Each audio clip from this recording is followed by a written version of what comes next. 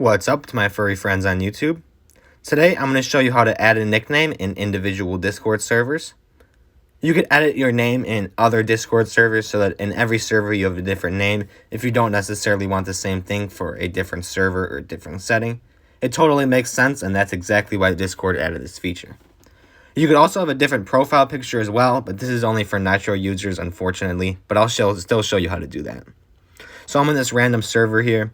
What you're going to want to do is you're going to want to hit the three dots in the upper right hand corner, parallel to the name of the server. And then the second option at the top there is going to be Edit Server Profile. Right below mark as red, you can see Edit Server Profile. It's going to take you to this screen here. And then there's just that smooth little text box right at the top there where you could change your nickname and add it to whatever you want. And then also the server avatar you could change as well, but you must be a Nitro user to do that. If you are, that's a great feature that you could add if you want. And I was just testing it in the chat there, but it's going to take a minute to update. When somebody else texts, it's going to be a different name, and then you'll be able to send it in, and your new name, like my name, How To Do, will be there, new and improved. That's pretty much all there is to it, to changing your name on individual Discord servers, though.